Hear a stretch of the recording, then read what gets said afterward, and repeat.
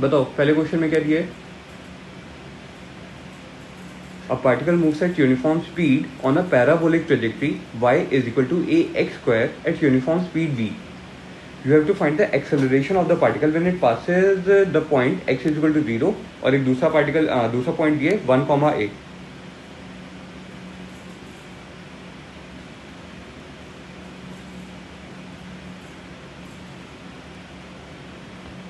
बोल बोल बोल कैसे करोगे? सबसे पहले इसने यहाँ पे क्या दिया? Uniform speed. यूनिफॉर्म स्पीड का मतलब क्या है कि वेलोसिटी का मैग्नीट्यूड नहीं चेंज हो रहा, और अभी हमने देखा अगर वेलोसिटी का मैग्नीट्यूड नहीं चेंज होगा तो टेंजेंशियल वेलोसिटी क्या होगी? कांस्टेंट, जिसकी वजह से तुम क्या बोलोगे? टेंजेंशियल एक्सेलरेशन क्या हो जाएगा? जीरो। टेंजेंशियल एक्सेलरेशन तो जीरो हो गई, ये बात पता चली। जब भी तुम्हें कोई मैथमेटिकल कर्व दिया होता है तो उसके हर पॉइंट पे तुम रेडियस ऑफ कर्वेचर डिफाइन कर सकते हो। तो पैराबोला के जो पैराबोलिक ट्रेजेक्टरी दिए ना y equal to ax square, उसमें अलग अलग पॉइंट दिए x इक्वल टू 0 और 1, a। x इक्वल टू 0 पे जब तेरा पार्टिकल रहा होगा वहां पे उसने एक इमेजिनरी सर्कल बनाया होगा, और जब वो उस इमेजिनरी सर्कल पे चला होगा तो उसके पास एक सेंटीमीटर एक्सेलरेशन रही होगी। तो सबसे पहले आपको पता होना चाहिए सेंटीमीटर एक्सेलरेशन कितनी होती है उस केस में? v square by r, where v is the tangential velocity, वो आपको पता है, क्वेश्चन में गिवन है v। बचेगा क्या? Radius of curvature at the given point calculate करना। रेडियस ऑफ कर्वेचर का फॉर्मूला बताओ। r is equal to 1 plus dy by D x के स्क्वायर की whole power 3/2 divided by mod of d2 y by dx2। ये होता है तेरा radius of curvature. But r is equal to 1 plus dy by D x के square की whole power 3/2 divide by modulus of d2 y by dx2। Numerator में हमने देख dy by dx का स्क्वायर किया, even if dy by dx तेरा positive quantity है या नेगेटिव क्वांटिटी है, स्क्वायर क्या हो जाएगा? पॉजिटिव। न्यूमरेटर तो पूरा पॉजिटिव हो गया। डिनोमिनेटर में अगर सेकंड डेरिवेटिव तुम्हारा नेगेटिव आता है तो तुमने उसका मॉड्यूलस लेके उसकी एब्सोल्यूट वैल्यू को पॉजिटिव कर दिया, अदरवाइज पॉजिटिव आता है तो वो पॉजिटिव ही रहेगा। अब बताओ, सॉल्व करो, कर सॉल्व कर। y की वैल्यू कितनी दी हुई है? ax square. फर्स्ट डेरिवेटिव बताओ, dy बाई dx कितना आएगा? 2a। और सेकंड डेरिवेटिव कितना आएगा? d2 y by dx2 2a। ax 2a, x नहीं आएगा, कितना आएगा? सिर्फ 2a। रेडियस ऑफ कर्वेचर के फॉर्मूले में फेंको इसको। r is equal to 1 plus 4a square x square की whole power 3/2 divided by 2a।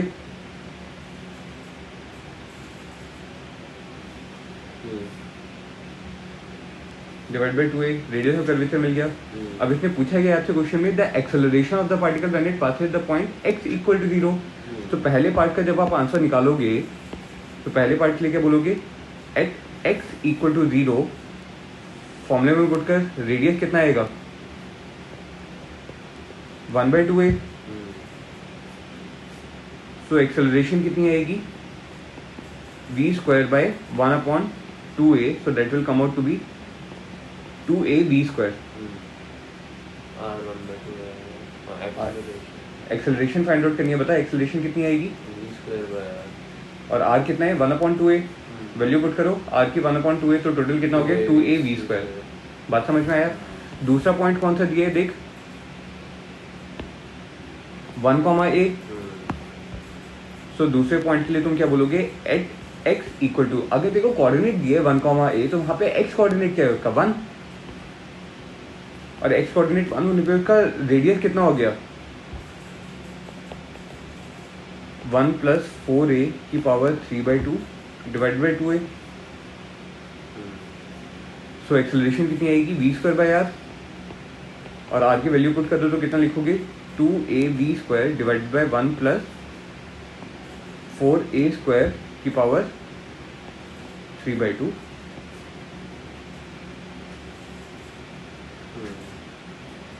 नहीं, यही बात समझ में पक्का? ठीक है, अगला क्वेश्चन देख।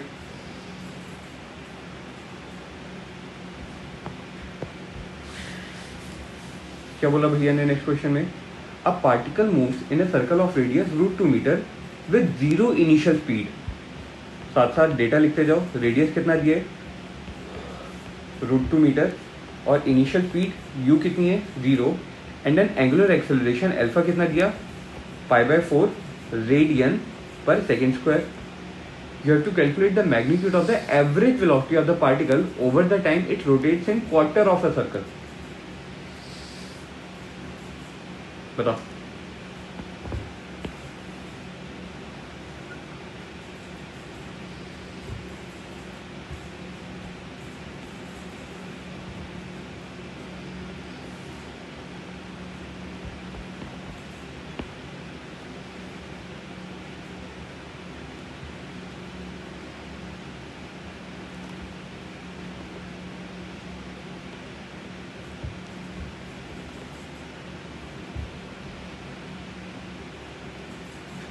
हर क्वेश्चन में 1 मिनट का टाइम लेंगे सोचने के लिए, 1 मिनट से ज़्यादा नहीं। इतना काट जाएगा ऐसे। गुड। ये इनिशियल पोजीशन से फाइनल पोजीशन में पहुंचा होगा 90 डिग्री का एंगल। क्या बोले है इसने आपको निकालने के लिए, एवरेज वेलोसिटी। एवरेज वेलोसिटी क्या होगा, डिस्प्लेसमेंट अपॉन टाइम।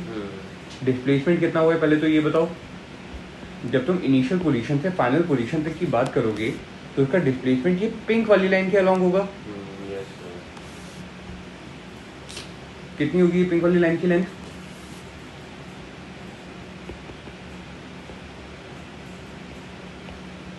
अरे √2r। एंगल 90 डिग्री है ना, क्योंकि क्वार्टर से मूव किया और रेडियस वेक्टर दोनों सेम है, तो ट्रायंगल में इन दोनों, ये दोनों एंगल कितने आएंगे, 45 डिग्री। तो पिंक वाला जो हाइपोटेन्यूज जो आपका बना, जिसको आपने ऐसे डिनोट किया, वो कितना आएगा, √2r, और r कितना दिया हुआ है, √2 मीटर। तो डिस्प्लेसमेंट तो कितना हो गया, 2 मीटर। सबसे पहली बात। आगे बता, क्वेश्चन में और क्या डेटा दिया कि ये इनिशियल पॉइंट पे 0 इनिशियल वेलोसिटी से मूव किया और की एंगुलर एक्सेलरेशन अल्फा कितनी गिवन है, π/4। तो मुझे ये बताओ, एंगुलर एक्सेलरेशन अल्फा की वजह से टेंजेंशियल एक्सेलरेशन कितनी आती है, √2 π/4। हाँ, क्या बोलोगे, टेंजेंशियल एक्सेलरेशन बता कितनी आई, r अल्फा वैल्यू डाल तो कितना बोलेगा, √2 π/4। √2 π/4 मीटर पर second square. v is equal to u plus 80। v is equal to u plus 80। तो मुझे ये बताओ, टाइम ढूंढना बताना है, टाइम बताने, टाइम ही निकालना है। नहीं टाइम नहीं निकालना है, एवरेज वेलोसिटी निकालनी है। क्या निकालनी है, एवरेज वेलोसिटी। तो यहाँ पे तू इस एस लेंथ को कवर करने के लिए जितना टाइम जो लगा होगा, या तो उसकी बात कर, या फिर माइनस u स्क्वायर लगा देंगे। हाँ, v square minus u square, या फिर इधर देख, देखो जो टाइम जो निकालना है ना, वो टाइम निकालना है जब पार्टिकल इस येलो पाथ के अलॉन्ग मूव किया होगा। मतलब वो यहाँ से लेके यहाँ तक कितना एंगल चला होगा, 90 डिग्री। थीटा एंगल चला होगा। So theta is equal to ω0t plus half of alpha t square. Theta is equal to ω0t plus half alpha t square. अगर इनिशियल स्पीड 0 थी तो इनिशियल एंगुलर वेलोसिटी भी कितनी थी, 0। एंगल थीटा कितना चला, π/2, हाफ अल्फा कितना दिया हुआ है, π/4 इंटू टी स्क्वायर। तो यहाँ से बता टी की वैल्यू कितनी आएगी, 2 सेकेंड। टी की सेकेंड टी कितना आ गया, 2 सेकेंड। तेरे को डिस्प्लेसमेंट पता है 2 मीटर का हुआ, और तेरे को टाइम पता चल गया कितना हुआ, 2 सेकेंड का। तो मुझे बता इसकी एवरेज वेलोसिटी कितनी आई,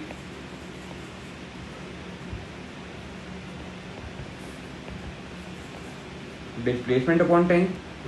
डिस्प्लेसमेंट कितना है, 2 मीटर का, टाइम कितना लगा, 2 सेकेंड का। तो एवरेज वेलोसिटी कितनी आई, 1 मीटर पर सेकेंड। बात समझ आई, पक्का। आगे चले, अगला क्वेश्चन रीड करो।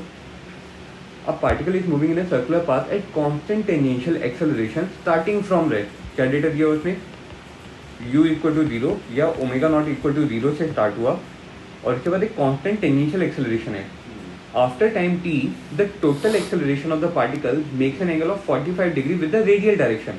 मतलब क्या है इसका, ये तुम्हारा सर्कल था, बॉटम मोस्ट पॉइंट पे मान लीजिए इसकी इनिशियल पोजीशन थी, मतलब t इक्वल टू 0 पे यहाँ पे था और इसका यहाँ पे u कितना है 0। अब ये धीरे धीरे क्या कर रहे हैं, एक्सेलरेट कर रहे हैं। क्यों? क्योंकि इसके पास एक कांस्टेंट टेंजेंशियल एक्सेलरेशन है। Yes sir. कुछ देर बाद से फॉर एग्जांपल वो पहुंच गया इस दूसरी वाली पोजीशन पे। इस पोजीशन पे इसके पास एक टेंजेंशियल एक्सेलरेशन रही होगी और सिंस ये सर्कल में मूव कर रहा था तो इसके पास एक रेडियल डायरेक्शन भी रही होगी, रेडियल एक्सेलरेशन रहा होगा। So this is your radial acceleration, this is your tangential acceleration. Yes sir. इन दोनों का रिजल्टेंट जो है, उसने क्या बोला, ये जो ब्लू कलर वाला रिजल्टेंट जो बनाना, इस रिजल्टेंट ने कितना एंगल बनाया रेडियल डायरेक्शन के साथ? 45 डिग्री।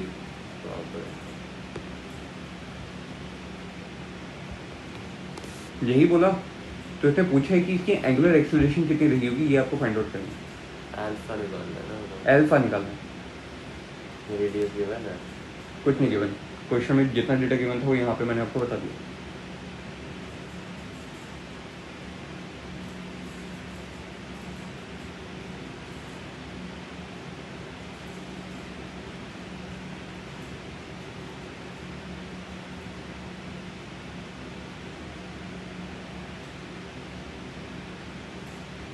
पहले तो 80 निकाल लेंगे।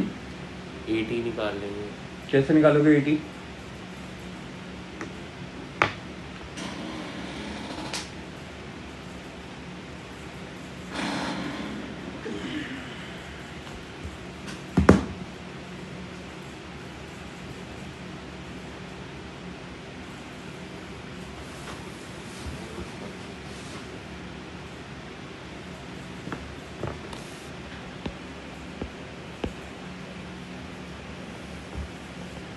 t इक्वल टू 0 से जब वो फाइनल पोजीशन तक गया है तो वहां पे उसका टाइम दिया है कि वो उसको t टाइम लगा है। आफ्टर टाइम t क्वेश्चन में दिया है उसने। Yes sir. बताओ।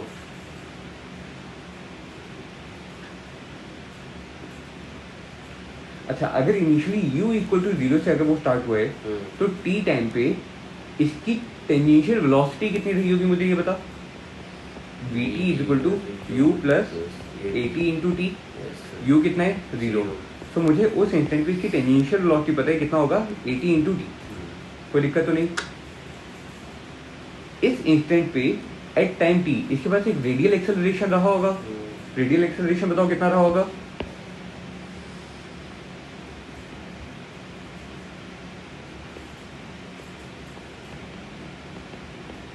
v² upon r। Yes sir. हाँ या ना? मुझे डायग्राम से ये देख के बताओ, जब हम नेट एक्सेलरेशन की बात करते हैं, किसकी बात करते हैं? नेट एक्सेलरेशन वेक्टर की। So it will be given by the vector sum of the radial acceleration and the tangential acceleration. और कितने एंगल पे बना होगा तो वो एंगल कैसा आएगा? 45। tan इनवर्स ऑफ, नहीं इन जनरल कैसे आएगा? tan inverse of 80 upon AR। Alpha कितना दिया हुआ है इस क्वेश्चन में आपको? दैट द नेट एक्सेलरेशन, ये जो मैंने यहाँ पे अल्फा जो निकाला है ना, ये क्या है? Angle between net acceleration vector and radial acceleration vector. कैसे निकाला देखोगे? बट अल्फा ही तो निकालना है क्वेश्चन में मेरा। ये पता है कैसे लिखा है? Alpha equal to tan inverse of 80 upon AR। यही तो पूछ रहा हूँ। ये देख, इधर डायग्राम से देख, टेंजेंशियल एक्सेलरेशन किस तरफ है? इस डायरेक्शन में। रेडियल एक्सेलरेशन किस तरफ है? इसके परपेंडिकुलर डायरेक्शन में। दोनों का रिजल्टेंट अगर आपको निकालना है तो रिजल्टेंट कैसे निकालोगे? वेक्टर सम करोगे दोनों का। तो ये ब्लू वाला जो वेक्टर जो आएगा ये आपको क्या बताएगा? Net acceleration vector. और इसने कुछ एंगल बनाया होगा अल्फा रेडियल के साथ। अगर मैं इस वाले ट्रायंगल की बात करूं, ये और ये वाला, इन तीनों में बता tan अल्फा को क्या लिखोगे? Perpendicular upon base. Yes sir. और परपेंडिकुलर जो होगा वो किसके बराबर आ रहा है? ये वाला परपेंडिकुलर 80 के बराबर है। तो tan अल्फा कितना आएगा? 80 अपॉन AR। तो अल्फा कितना आ जाएगा? tan inverse of 80 upon AR। समझ में आई बात? तो अल्फा क्या है? Angle between the net acceleration vector and the radial acceleration vector. Question में अल्फा की वैल्यू कितनी गिवन है? 45 डिग्री। Yes sir. सो अगर अल्फा 45 डिग्री हो गया तो tan 45 डिग्री कितना होगा? 1। सिंस अल्फा कितना दिया है? 45 डिग्री, तो तुम बोलोगे टेंजेंशियल एक्सेलरेशन का मैग्नीट्यूड तेरे रेडियल एक्सेलरेशन के मैग्नीट्यूड के बराबर है, यस सर। हाँ या ना? अब देखो सारी चीज़ें बताइए, टेंजेंशियल एक्सेलरेशन कितनी है 80 और रेडियल एक्सेलरेशन कितनी है VT square upon r, value डाल दो। तो देख देख देख 80 को तो हमने 80 लिखा और AR को क्या लिखा VT स्क्वायर बाय आर, और VT कितना है 80 इंटू टी, तो इट इज 80 T का square upon r which can be written as 80 square into t square upon r. एक 80 से एक 80 कैंसिल आउट होगा, तो टेंजेंशियल एक्सेलरेशन कितनी आएगी R अपॉन टी स्क्वायर। अरे कितना आ गया R अपॉन टी स्क्वायर, समझ में आई बात? ठीक है, क्वेश्चन में रेडियस ऑफ द सर्कल को R एज्यूम कर लेना।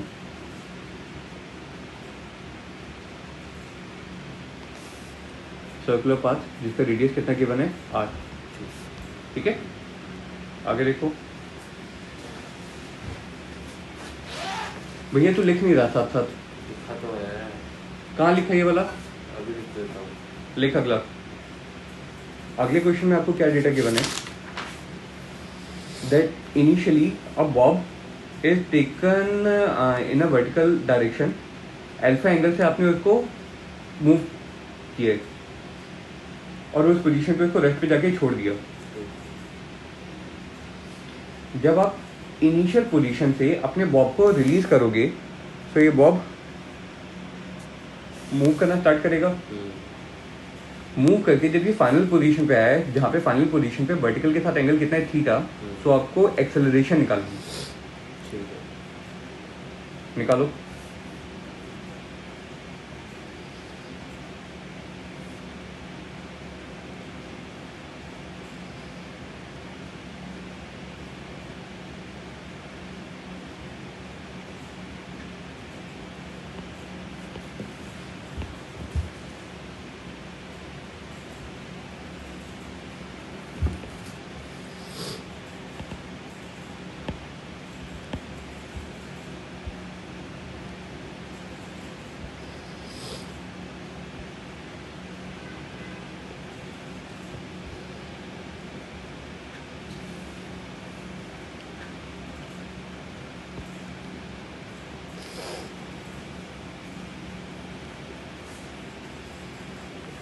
आपको नेट एक्सेलरेशन निकालनी है इस पोजीशन पे।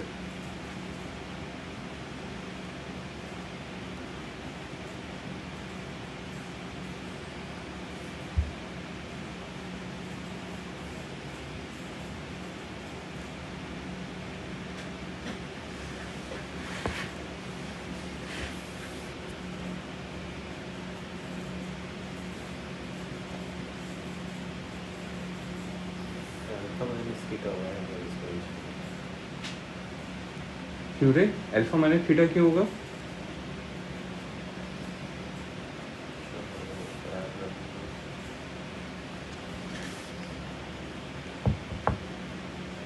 ये बताओ, जो इसने एक्सेलरेशन आपसे क्वेश्चन में पूछे वो कौन सी एक्सेलरेशन की बात करना चाह रहे हैं?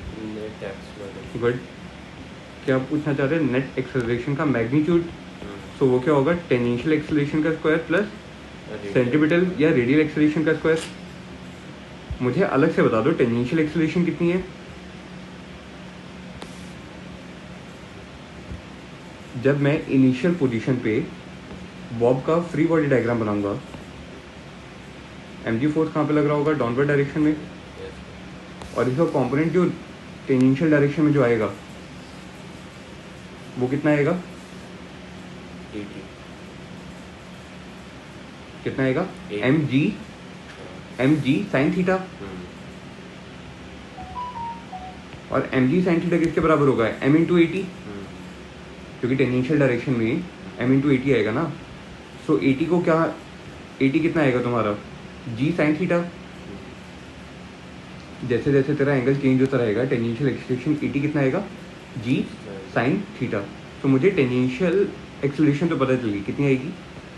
g sine theta. दूसरी कौन सी एक्सेलरेशन हमें निकालनी है? सेंटीमीटल एक्सेलरेशन। बता सेंटीमीटल कैसे निकालेंगे?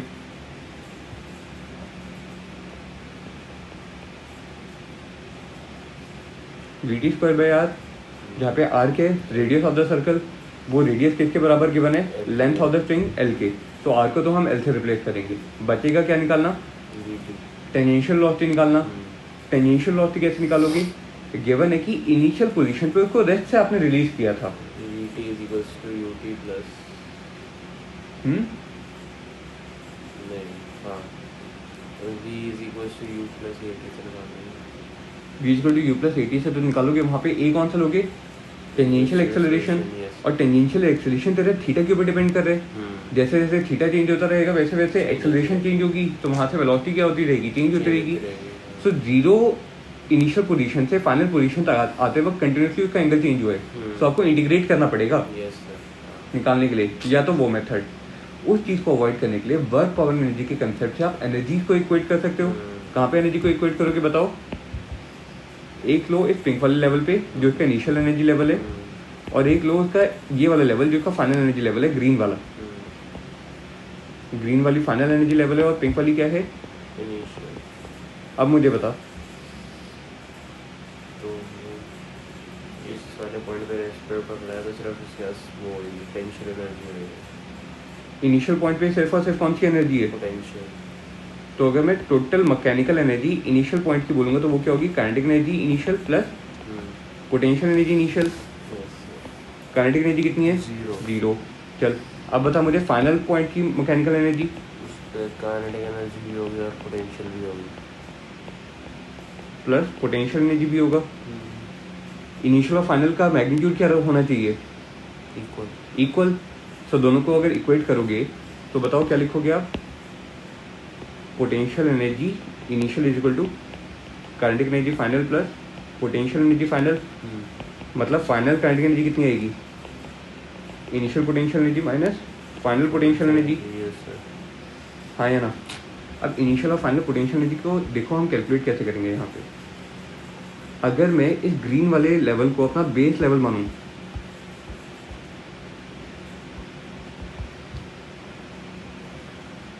तो मुझे ये बता ये वाली हाइट कितनी आएगी जो मैंने ऑरेंज कलर से लिखी है,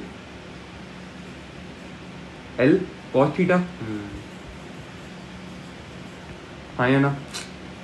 और मुझे ये वाली हाइट बता जो मैं पर्पल कलर से जो ड्रॉ कर रहा हूँ, ये वाली कितनी आएगी, एल कॉस अल्फा। गुड। तो मुझे ये बता ये हाइट में कितना चेंज आया, L cos theta minus cos alpha. L cos theta minus L cos alpha, हाँ या ना। सो इनिशियल पोजीशन से फाइनल पोजीशन तक उसने अपनी पोटेंशियल एनर्जी क्या की है, लूज करी है, गेन करी है। लूज करिए। और जितनी लूज करेगा उतनी काइनेटिक एनर्जी क्या करेगा, गेन करेगा। और उस नीचे देखो जब आपने लिखा potential energy initial minus potential energy final, तो ये किसके बराबर आएगा, mgh के बराबर आएगा। और उसमें उसने काइनेटिक एनर्जी क्या की, गेन की। काइनेटिक एनर्जी में हाफ एम वी स्क्वायर में वेलोसिटी कौन सी लोगी, टेंजेंशियल वेलोसिटी। तो यहाँ पे क्या लिखोगे, हाफ एम टेंजेंशियल वेलोसिटी का square is equal to mgh। और h कितना रहा, l cos theta minus l cos alpha. m से m कैंसिल आउट होगा, तो मुझे बताओ टेंजेंशियल वेलोसिटी कितनी आएगी, 2g l cos theta minus cos alpha का अंडर रूट। अब तुम्हें क्या पता चल गई, टेंजेंशियल वेलोसिटी पता चल गई। इस वाले एक्सप्रेशन में पुट करो और r की वैल्यू को क्या पुट कर दो, l। तो तुम्हें सेंटीमीटर एक्सेलरेशन पता चल जाएगा। टेंजेंशियल एक्सेलरेशन हमें ऑलरेडी पता है थीटा की टर्म्स में, दोनों को पुट करो तो आपको नेट एक्सेलरेशन पता चल जाएगी। समझ में आई बात, ठीक है। तो जब आप इसको सॉल्व करोगे ना, तो सॉल्व करके आपको जो नेट एक्सेलरेशन जो मिलेगी वो देखो क्या मिलेगी, net acceleration will come out to be g under root of sine square theta plus 4 times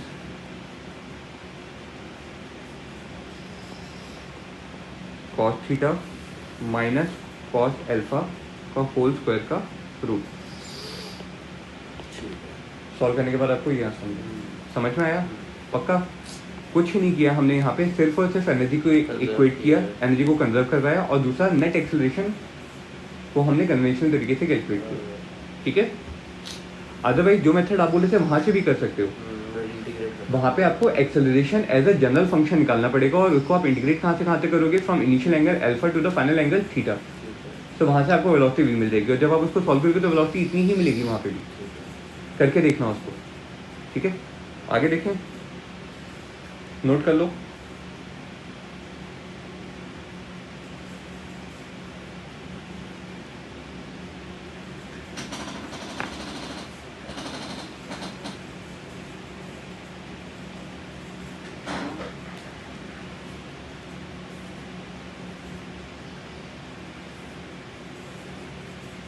समझ आया पक्का?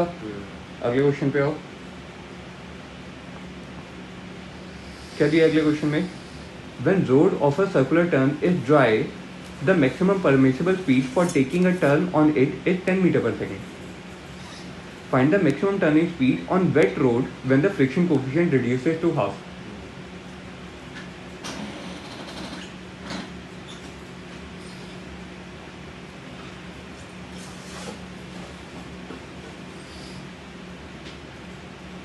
बता।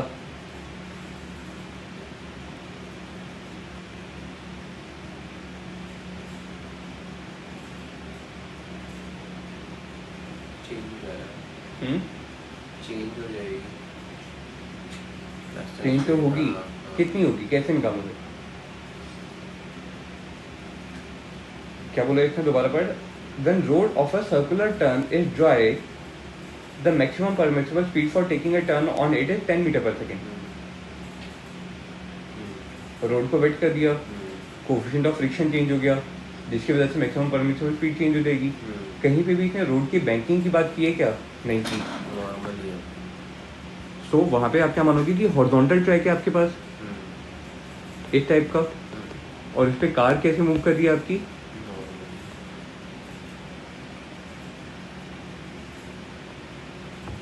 ठीक है, और कार कौन से सर्कुलर मोशन में है? हॉरिजॉन्टल सर्कुलर मोशन में, ठीक है। जिसका सेंटर कहाँ पे रहा होगा, कुछ यहाँ पे रहा होगा। ये तो है फ्रंट व्यू, और अगर आप टॉप व्यू में देखोगे तो आपको क्या दिखेगा कि ट्रैक जो है वो आपका सर्कुलर ट्रैक कुछ ऐसा रहा होगा,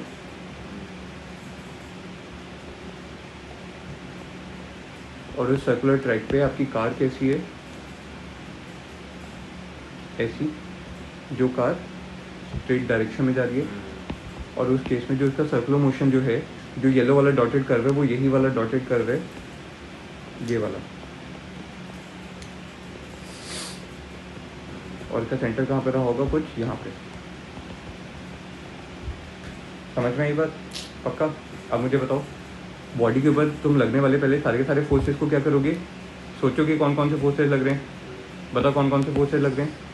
एक लगेगा mg फोर्स डाउनवर्ड डायरेक्शन में, एक लगेगा सभी टायर्स के ऊपर normal reaction force and upward direction में। ठीक है, कोई भी फोर्स क्या हमारे सर्कल के सेंटर की तरफ लग रहे हैं?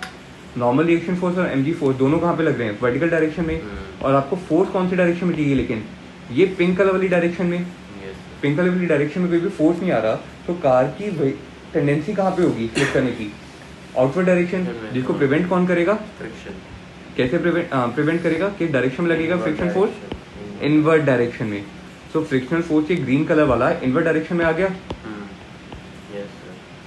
तो यहाँ पे भी फ्रिक्शनल फोर्स तुम्हें दिखेगा इनवर्ड डायरेक्शन में। डन। फ्रिक्शनल फोर्स का मैग्नीट्यूड, तुम्हें कार की मैक्सिमम परमिसिबल स्पीड निकालनी थी। जैसे तुम कार के अंदर अगर बैठे हुए हो तो तुम्हारे रिस्पेक्ट में कार के ऊपर कौन सा फोर्स लगेगा? एक और सेंट्रीफ्यूगल फोर्स। क्यों? क्योंकि तू एक नॉन इनिशियल फ्रेम में है, जिसकी एक्सेलरेशन कितनी है? 0। अरे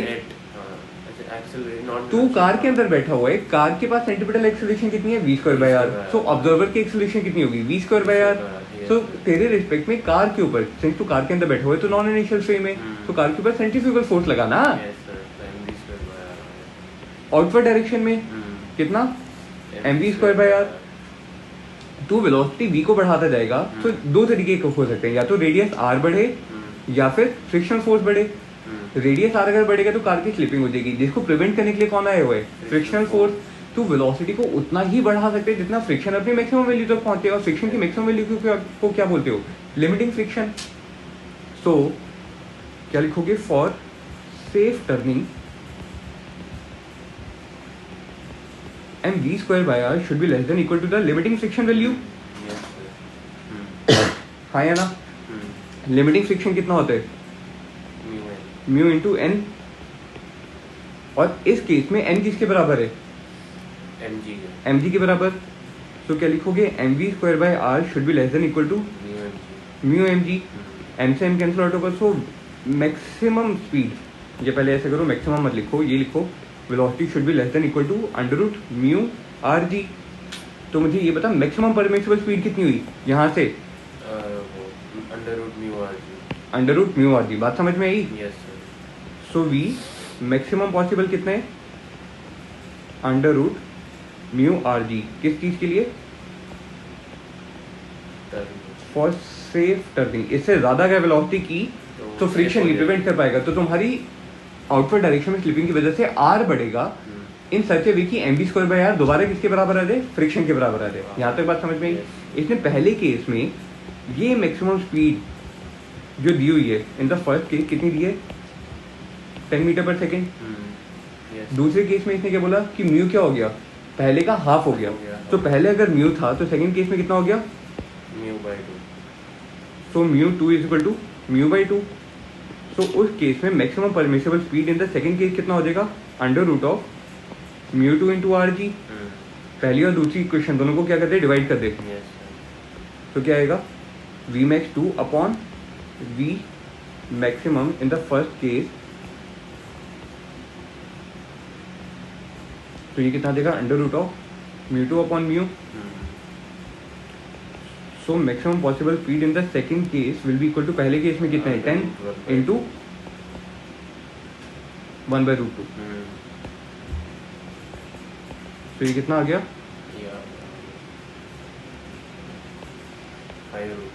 5 रूट 2 मीटर पर सेकेंड. समझ में आई बात? पक्का? Yes sir. Horizontal circular motion का इतना ही कंसेप्ट है कि वेलोसिटी तुम्हारी under root mu are g से हमेशा कम होनी चाहिए. साथ साथ कंसेप्ट समझ में आता जा रहा है? पक्का? आगे कर. तू भैया लिख नहीं रहा है यार फिर से. पानी पी ले, कोई दिक्कत नहीं है, लेकिन लिखता रहे साथ साथ. पढ़ अगला question. Bike rider sir vertical cylinder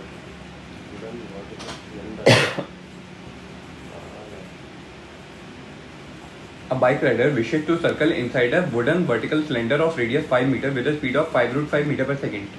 You have to find the minimum value of coefficient of friction between the tires and wall of this well.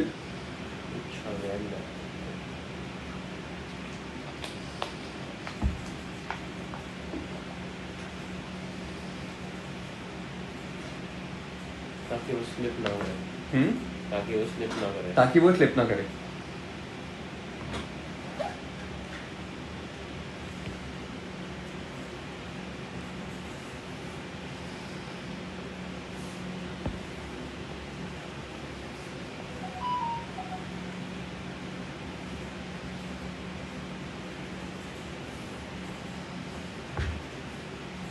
Good. एक वर्टिकल वेल आपने बना लिया.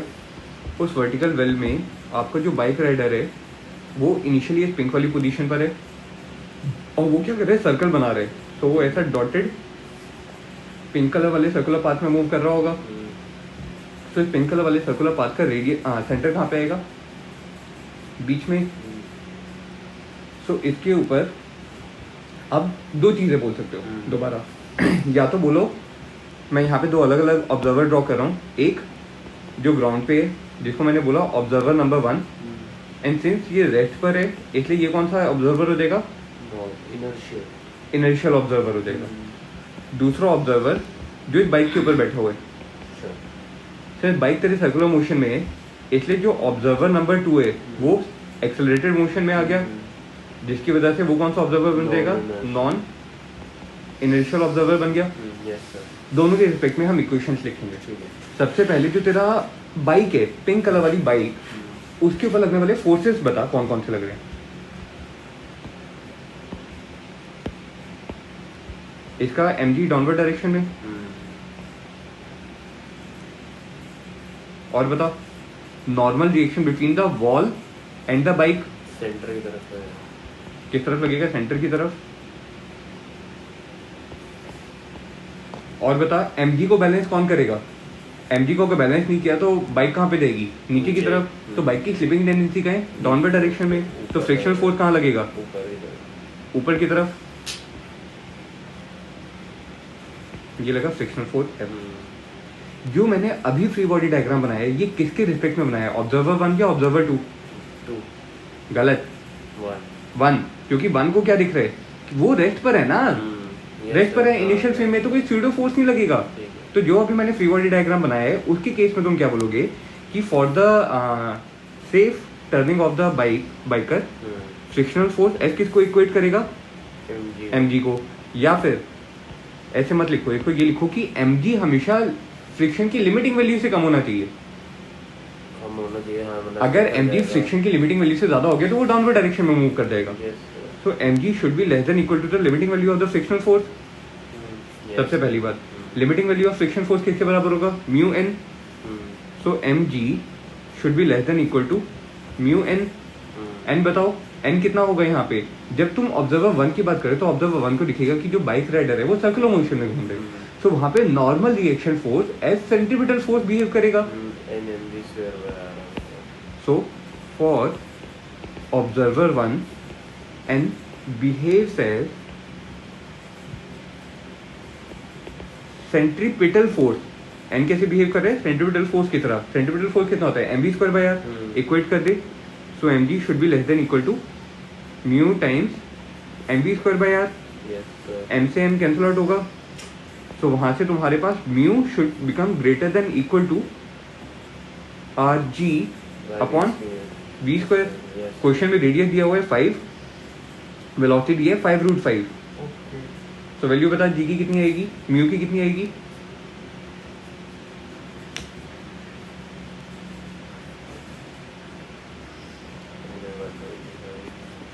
जी की वैल्यू को 10 एज्यूम कर लो।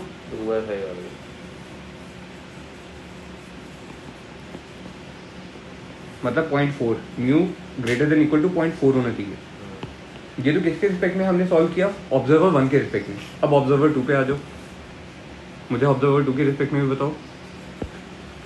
तो ऑब्जर्वर 2 जो तरह एक एक्सेलरेटिंग फ्रेम में है, बाइक राइडर जो है वो एक्सेलरेटेड फ्रेम में है, तो उसको बाइक के ऊपर लगने वाला एक स्यूडो फोर्स दिखेगा। उस स्यूडो फोर्स को आपने नाम क्या दिया? Centrifugal force. सेंट्रीफ्यूगल फोर्स का मैग्नीट्यूड कितना होगा दोबारा बता? Mass of the object multiplied by acceleration of the observer. Bike rider bike पे है, बाइक के पास कौन सी एक्सेलरेशन थी? Centripetal acceleration. तो ऑब्जर्वर के पास कौन सी एक्सेलरेशन है? Centripetal acceleration. किस तरफ है? Toward the centre of the circle.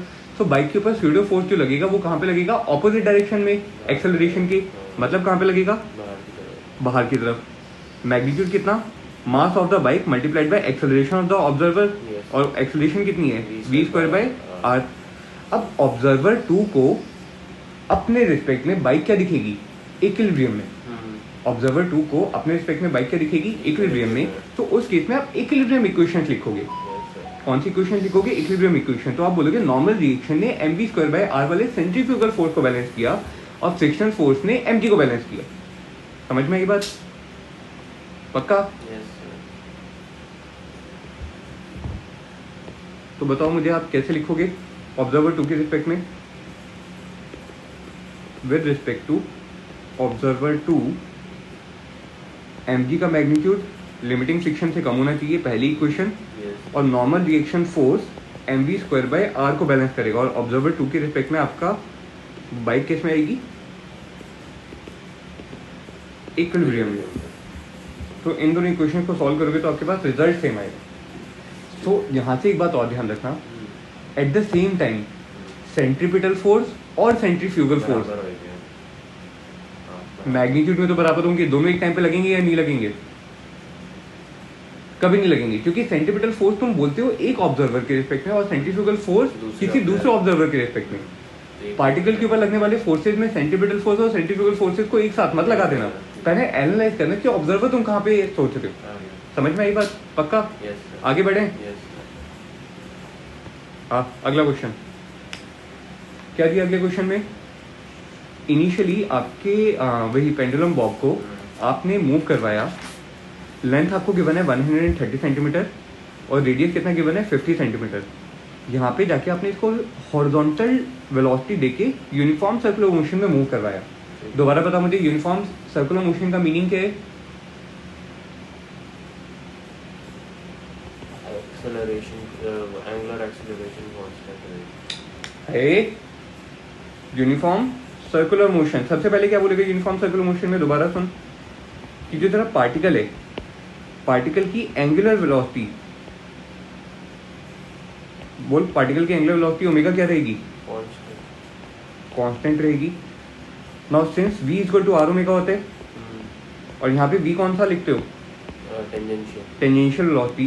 तो अगर ओमेगा कांस्टेंट है और r कांस्टेंट है तो यहाँ से v की कांस्टेंट होगा, टेंजेंशियल वेलोसिटी क्या आएगी? कांस्टेंट। कांस्टेंट आएगी। अब मुझे एक बात बताओ, एंगुलर एक्सेलरेशन अल्फा क्या होते हैं? d ओमेगा अगर ओमेगा कांस्टेंट है तो एंगुलर एक्सेलरेशन कितना आएगा? कांस्टेंट। जीरो। अगर अच्छा हाँ, अरे ओमेगा कांस्टेंट है तो एंगुलर एक्सेलरेशन क्या आएगा? जीरो। हाँ। और मुझे एक चीज और बताओ, क्या चीज बताओगे? टेंजेंशियल एक्सेलरेशन AT को क्या लिख सकते हो? dv by dt। अगर vt कांस्टेंट है तो टेंजेंशियल एक्सेलरेशन कितना आएगा? जीरो। या फिर इसको और कैसे बोल सकते हो कि since tangential acceleration r alpha के बराबर होता है, अगर अल्फा जीरो है तो भी टेंजेंशियल एक्सेलरेशन कितनी आएगी? जीरो। सो यूनिफॉर्म सर्कुलर मोशन के केस में तेरा ओमेगा क्या रहेगा? कांस्टेंट। टेंजेंशियल वेलोसिटी क्या रहेगी? कांस्टेंट। अल्फा कितना होगा? जीरो। टेंजेंशियल एक्सेलरेशन कितना होगा? लेकिन यहाँ पे हमने टेंजेंशियल वेलोसिटी जो लिखी है इसको हमने गलत तरीके से लिखा है। लिखना क्या है? टेंजेंशियल वेलोसिटी का मैग्नीट्यूड क्या रहेगा? कांस्टेंट। डायरेक्शन कंटिन्यूसली क्या हो रही है? चेंज हो रही है। और अगर वेलोसिटी की डायरेक्शन चेंज हो रही है मतलब कोई एक फोर्स लगा होगा और वो फोर्स कुछ इस तरीके से लगेगा कि वो सिर्फ वेलोसिटी की डायरेक्शन को चेंज करे लेकिन मैग्नीट्यूड को ना चेंज करे। मतलब फोर्स का कोई भी कंपोनेंट वेलोसिटी की डायरेक्शन में नहीं आएगा, मतलब फोर्स वेलोसिटी के परपेंडिकुलर डायरेक्शन में लगा होगा। उस फोर्स को जो वेलोसिटी की डायरेक्शन के परपेंडिकुलर डायरेक्शन में लगाए उसको हम क्या बोलते हैं? नॉर्मल एक्सेलरेशन या नॉर्मल फोर्स। क्या बोलते हैं उसको? नॉर्मल। नॉर्मल का मतलब क्या है? परपेंडिकुलर। तो इसको आपने बोला क्या? Normal force. नॉर्मल फोर्स की वजह से एक्सेलरेशन जो आई उसको आपने क्या नाम दिया? Normal acceleration. And in the case of circular motion वो नॉर्मल एक्सेलरेशन को आपने क्या नाम दिया? सेंट्रीपिटल एक्सेलरेशन या फिर रेडियल एक्सेलरेशन। समझ में आया? तो क्या लिखोगे? सिंस मैग्नीट्यूड तो क्या रहेगा? कांस्टेंट, लेकिन डायरेक्शन क्या हो रही है? कंटिन्यूसली चेंज हो रही है। इसका मतलब नॉर्मल फोर्स आएगा और इस नॉर्मल फोर्स को आपने क्या नाम दिया? Centripetal force. सेंट्रीपिटल का मतलब क्या है? Acting toward the centre. Yes. या फिर रेडियल फोर्स मतलब जो रेडियल डायरेक्शन में लग रहा है और इसका मैग्नीट्यूड कितना आता है? mv²/r। तो even though uniform circular motion था लेकिन वो एक एक्सेलरेटेड मोशन था। क्यों? क्योंकि उसके पास एक फोर्स लग रहा था कंटिन्यूसली। यार अभी तो बताइए ये सारी चीजें, फिर तो भूल गया। क्या बोला था? तूने गलत बोला था क्या? कि उसकी टेंजेंशियल एक्सेलरेशन नॉन जीरो होगी। जीरो है जी, मैंने तूने कुछ और बोला था। कोई वो वाली टर्म्स में बोला था, बट ये तो बोला ही नहीं। तो कोई इधर देख, mg फोर्स लग रहा है, l लेंथ है और r रेडियस गिवन है। टाइम पीरियड निकालना है इस मोशन का।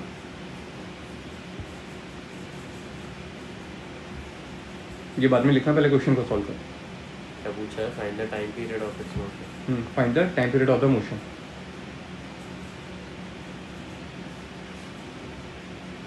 टाइम पीरियड क्या है? Displacement upon speed. या तो ऐसे या फिर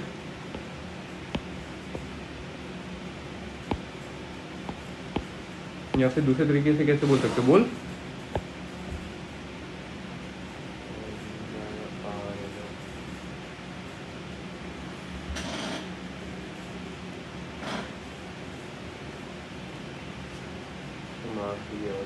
टाइम पीरियड और क्या मतलब? टाइम पीरियड सर्कुलर मोशन का क्या होगा? एक पूरा सर्कल को कंप्लीट करने में जो टाइम लगा, सर्कल का सर्कमफ्रेंस कितना? 2πr। और यूनिफॉर्म वेलोसिटी के साथ मूव करे तो वेलोसिटी कितनी? v। तो टाइम पीरियड कितना आएगा? 2πr/v। सो बेसिकली तेरे को r भी गिवन है, तेरे को निकालना क्या है? सिर्फ और सिर्फ v निकालना है। v कैसे निकालेगा? v नहीं दिया हुआ इसने क्वेश्चन में।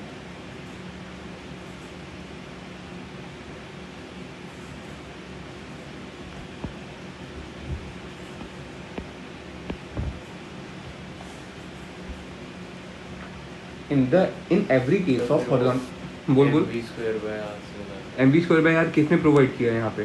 सर्कुलर मोशन में घूम रहे तो बोल कोई एक फोर्स रिस्पॉन्सिबल होगा जो सेंट्रीपिटल फोर्स की तरह बिहेव कर रहा होगा। Yes sir.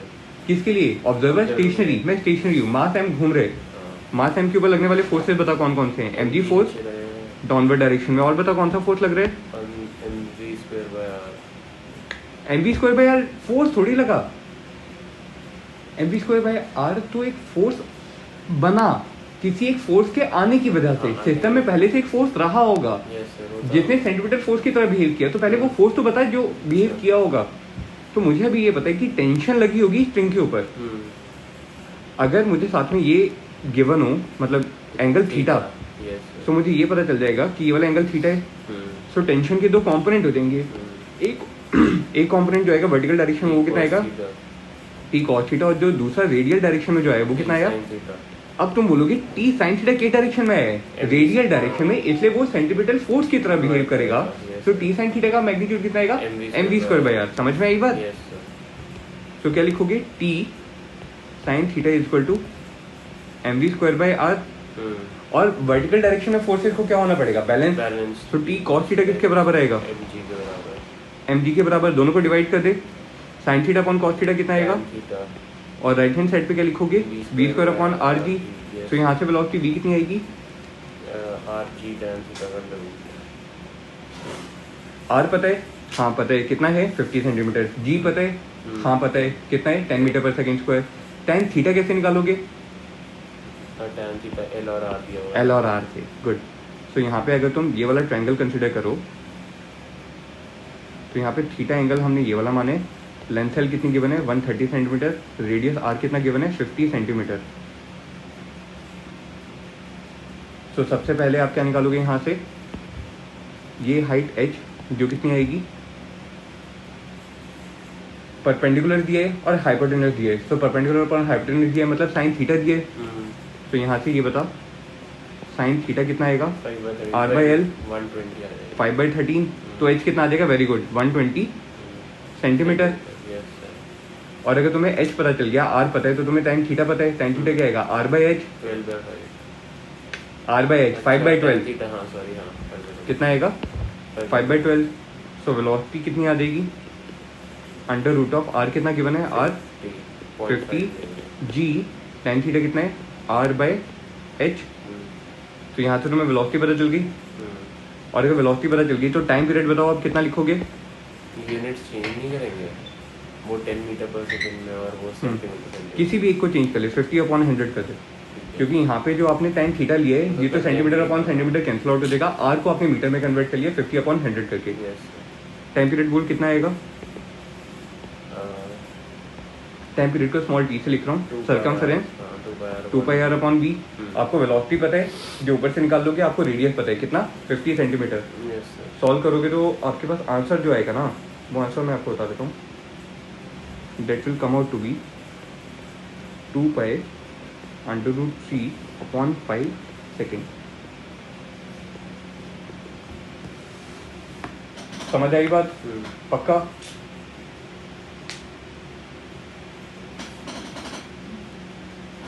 आगे बढ़े? नोट कर, सिर्फ मेरी इक्वेशंस लिख ले, बाकी तो सॉल्व करना है। जितनी आपकी फिजिक्स अच्छी होनी चाहिए उससे ज़्यादा अच्छी आपकी मैथमेटिक्स होनी चाहिए, क्योंकि फिजिक्स का काम सिर्फ इक्वेशन बनाना है, उसको सॉल्व कैसे करोगे वो आपको मैथ्स में सोचना है।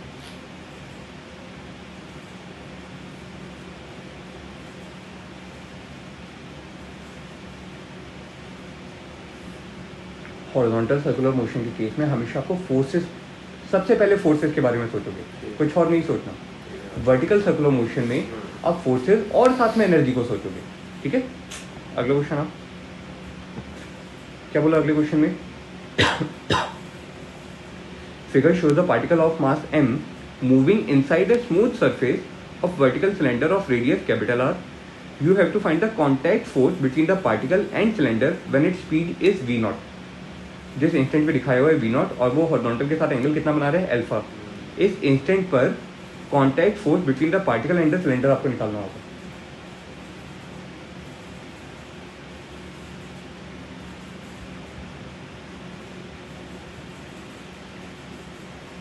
पार्टिकल का मोशन अगर आप देखोगे तो वो एक डॉटेड पाथ के अलॉन्ग है, डॉटेड पाथ के अलॉन्ग है, तो वो नीचे तो जा ही रहे लेकिन साथ में सर्कुलर मोशन में भी घूम रहे।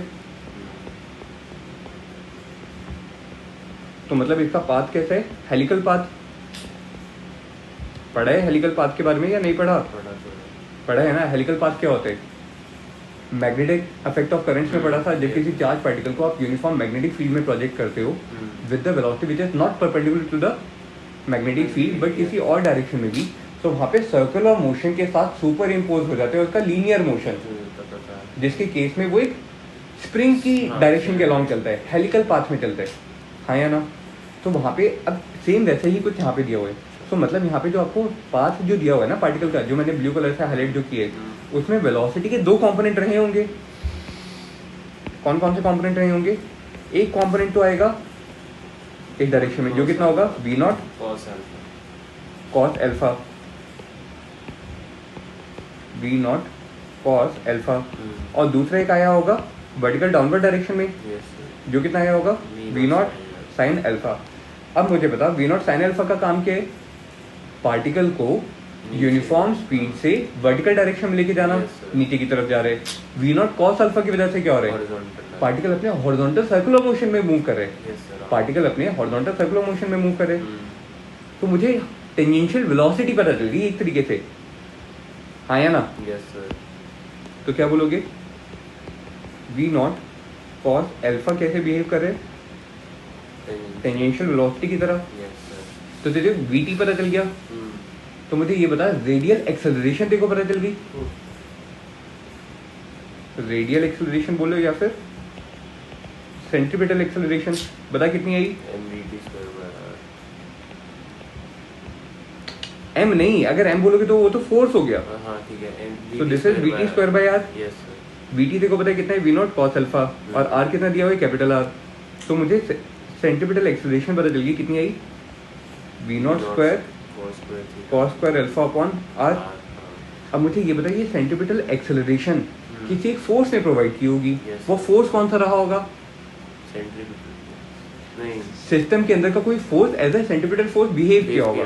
तो उसके लिए तुम्हें पार्टिकल का क्या बनाना पड़ेगा? फ्री बॉडी डायग्राम बनाओ, पार्टिकल का फ्री बॉडी डायग्राम। नीचे लग रहा है mg, तो यहाँ पे लग रहा है mg,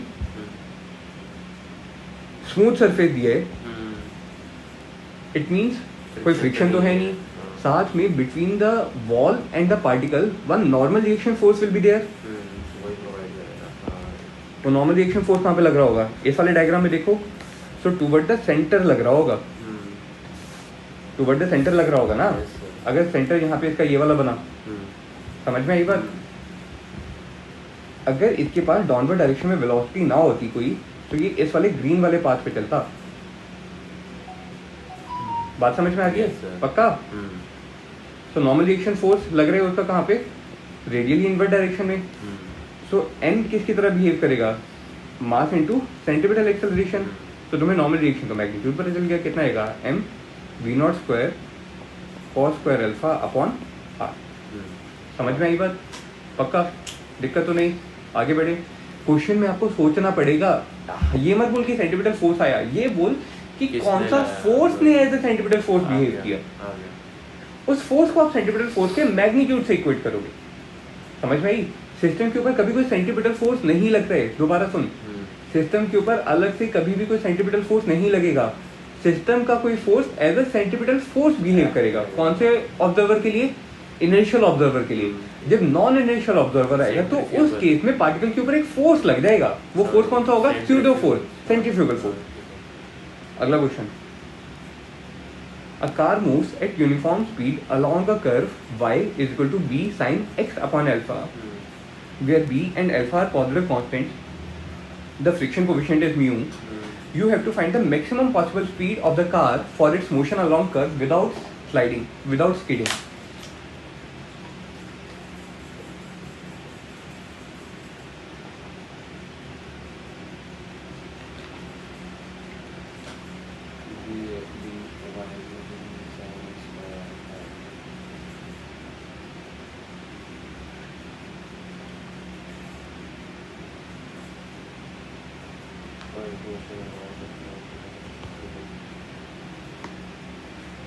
हाँ तो इसको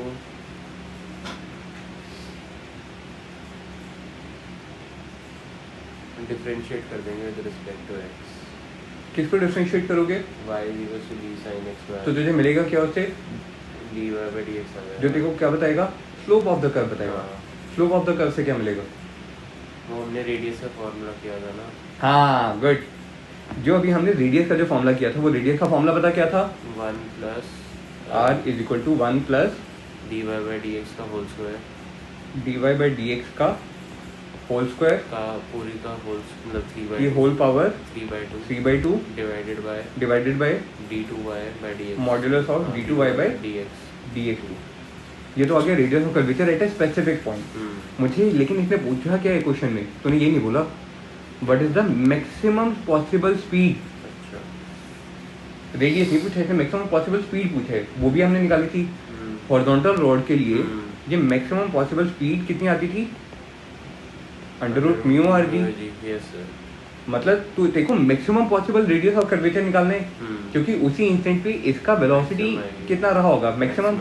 सो जो तुझे रेडियस ऑफ कर्वेचर का फॉर्मूला जो है वहां से मैक्सिमम आर निकाल।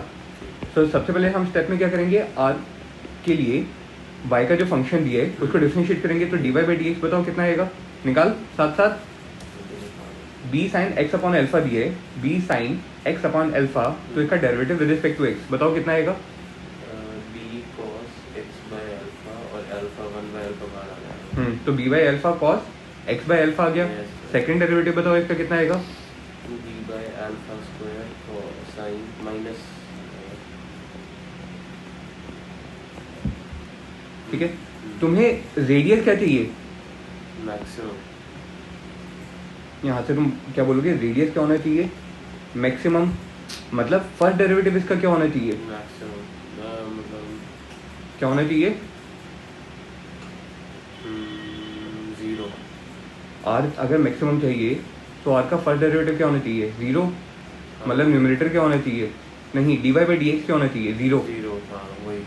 D Y by D X क्या होना चाहिए, हाँ। 0। D Y by D X 0 कब मिलेगा, जब वो होगा इधर से देख D Y by D X कब 0 मिलेगा, जब कॉस एक्स बाई अल्फा किसके बराबर हो जाएगा, 0 के। कॉस पाई बाई 2 के। हाँ वही हाँ। मतलब एक्स अपॉन अल्फा किसके बराबर हो जाएगा, Pi by 2। पाई बाई 2 के। तो एक्स कितना होगा, π/2 अल्फा। Pi alpha by 2। Yes sir.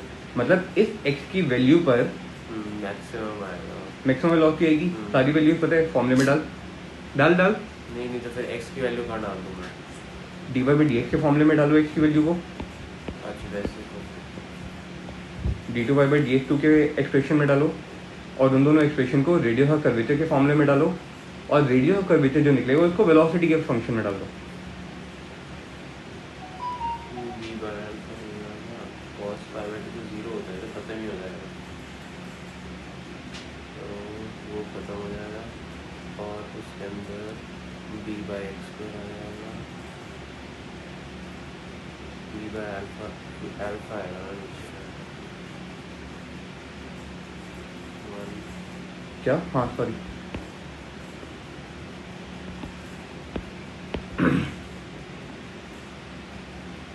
Radius आ गया अल्फा स्क्वायर बाय b। कितना आएगा, अल्फा स्क्वायर बाय b। निकाल दिया पूरा। हाँ। रेडियस कितना आ रहा है, अल्फा स्क्वायर अपॉन बी। हम्म। ठीक है, सो रेडियस कितना आया, अल्फा स्क्वायर अपॉन बी, और इसकी वैल्यू को यहाँ पे डाल दो तो आपको मैक्सिमम वेलोसिटी कितनी मिलेगी, mu alpha square G by G upon by B. बस म्यू। समझ में आई बात, पक्का। क्वेश्चन बड़ा लग रहा था देखने में, फॉर्मूले बड़े बड़े लग रहे थे, लेकिन हाँ। एक्सप्रेशन बहुत छोटा सा आया। उसके लिए आपको ये पता होना चाहिए कि रेडियस ऑफ कर्वेचर का फॉर्मूला क्या होगा। आता है। समझ में आई बात, ठीक है।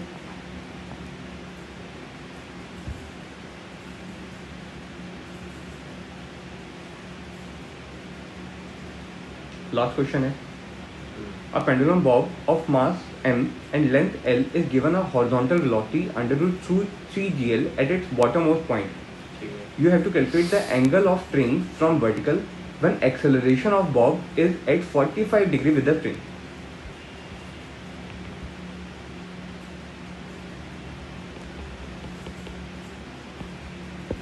अरे भैया ड्रॉ करो। कर रहा हूँ, सोच तो रहा हूँ। हाँ सोच, कोई दिक्कत।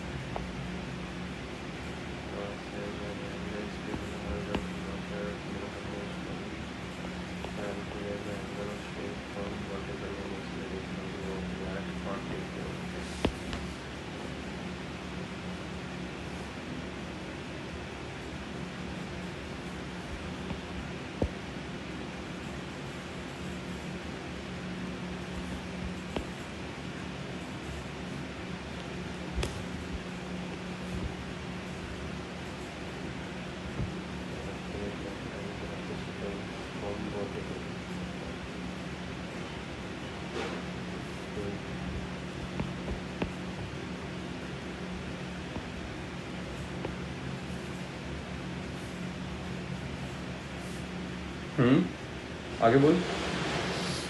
ये थीटा निकालना है मैंने। ये थीटा निकालना है, गुड।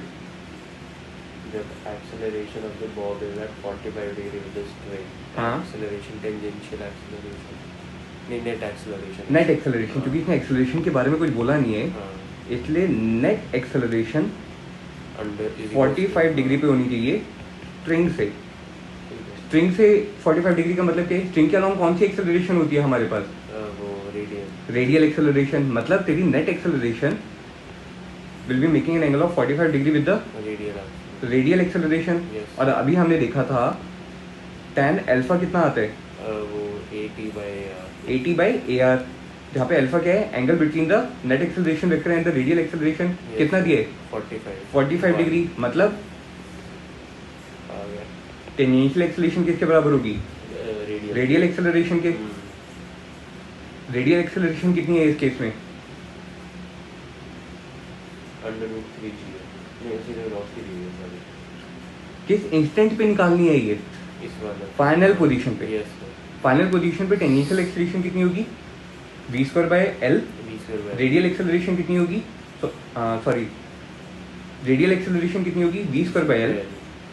और टेंजेंशियल एक्सेलरेशन कितनी होगी? फ्री बॉडी डायग्राम बनाया था? अभी तक mg यहाँ पर टेंशन आएगी ऊपर t cos थीटा और यहाँ पर t sin थीटा। हाँ, तो अब टेंशन के क्या आएंगे? दो कंपोनेंट्स आएंगे। t cos थीटा की तो mg t sin theta is equals to mv square by r।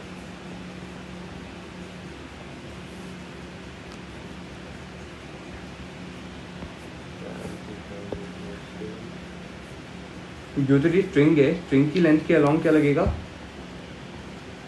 एक टेंशन फोर्स T आएगी। T minus M G cos theta will be responsible for T minus M G cos theta will be responsible for the radial force और the centripetal force. तो centripetal acceleration जो आएगी वो तो किसकी वजह से आएगी? T minus M G cos theta की वजह से। और रेडियल नहीं, टेंजेंशियल एक्सेलरेशन कितनी आएगी? एम जी साइन थीटा की वजह से। निकाल लिया है ना वो भैया। यहाँ पे T cos theta equal to M V जो आपने लगाया है, क्या कर रहे हो यहाँ पे? बैलेंस हो रहे हैं क्या तेरे? ये वर्टिकल सर्कुलर मोशन है, हॉरिजॉन्टल सर्कुलर मोशन नहीं है। जो आप इक्वेशन जो लिख रहे हो वो तो हॉरिजॉन्टल सर्कुलर मोशन के लिए लिख रहे हो। बट इसमें भी तो हो जाएगा बैलेंस। बट कैसे? हाँ नहीं, हाँ ठीक है, हॉरिजॉन्टल इसमें बैलेंस थोड़ी हुआ। पार्टिकल ऊपर की तरफ जा रहे हैं तो टी कॉस थीटा जो है वो एम जी के बराबर तो होगा ही नहीं। नहीं समझ में आई बात? तूने क्या बोला कि टी कॉस थीटा अगर एम जी के बराबर हो गया तो क्या वर्टिकल डायरेक्शन में कोई फोर्स बचा? तो वर्टिकल डायरेक्शन में मूव करेगा क्या? नहीं करेगा। लेकिन वर्टिकल डायरेक्शन में तो मूव कर रहा है क्योंकि वर्टिकल सर्कुलर मोशन है। हाँ ठीक है, हाँ सही। तो ये वाली इक्वेशन तो नहीं यूज करेंगे। सोच सोच सोच, आगे सोच। इतना तो मैंने तेरे को हिंट दिया।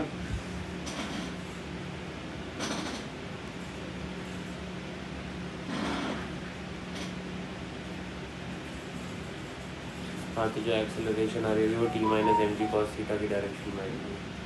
उस मुझे उसका कोई लेने देना नहीं है, क्योंकि मुझे रेडियल एक्सीलरेशन पता है कि वो कितनी रही होगी, v_t²/l। हाँ एल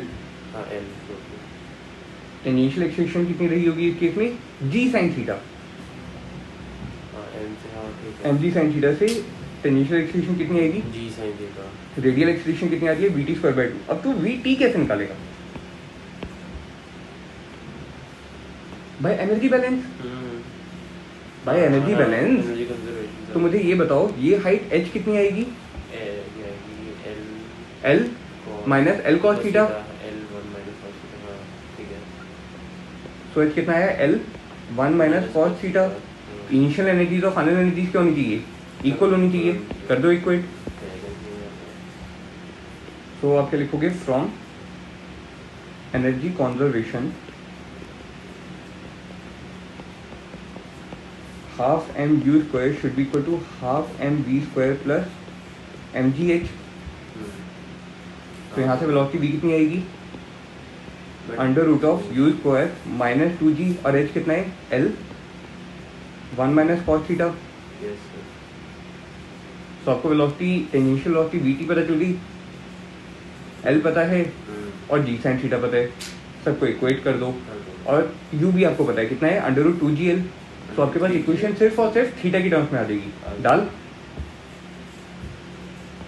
तो इस वाले एक्सप्रेशन से 80 की जगह क्या पुट किया, g sin theta is equal to AR। AR क्या है, vt²/l। vt² कितना आएगा, u², u कितना है, √3gl। तो u² कितना हो जाएगा, 3gl minus 2gl plus 2gl cos theta whole divided by l।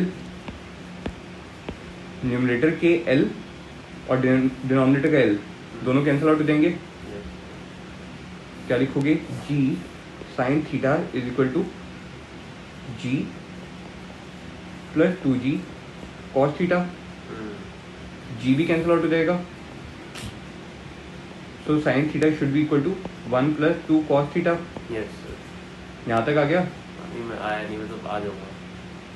इतना स्लो क्यों कर रहे हैं, इतना टाइम कहाँ लग रहा है आपको, वो मैंने आपकी एजुकेशन नहीं सुना क्या ठीक से हाँ नहीं सही यही आया ठीक है। अब या तो cos थीटा को लिख लो √1 माइनस sin² थीटा, या sin थीटा को लिख लो √1 माइनस cos² थीटा, या किसी भी साइड को स्क्वायर करके ऐड कर दो।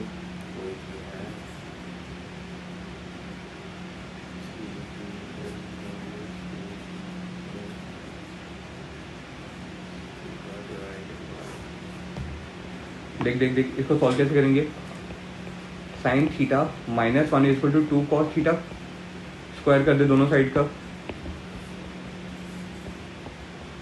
क्या लिखोगे, sin² theta plus 1 minus 2 sin theta is equal to 4 cos² theta. Yes sir cos² theta को क्या लिख लोगे, 1 माइनस sin² थीटा। अच्छा हाँ ठीक है sin थीटा में इक्वेशन बनेगी ना फिर पूरी। हो जाएगा तो कितना आएगा, sin² theta plus 1 minus 2 sin theta is equal to 4 minus 4 sin² theta. Minus 4 sin² theta equality की दूसरी तरफ आके प्लस 4 sin² थीटा हो जाएगा, पहले से sin² थीटा। तो कितना लिखोगे, 5।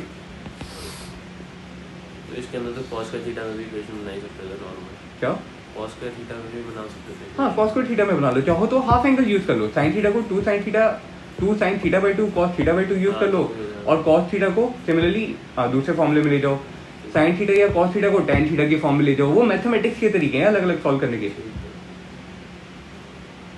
Minus 2 sin theta minus 3 equal to 0।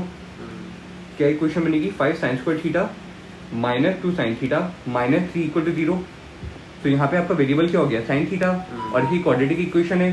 तो इसके रूट्स क्या आएंगे, minus B plus minus √b² minus 4ac/2a। तो बता sin थीटा कितना आएगा, minus of minus 2 plus minus √b² minus 4ac/2a।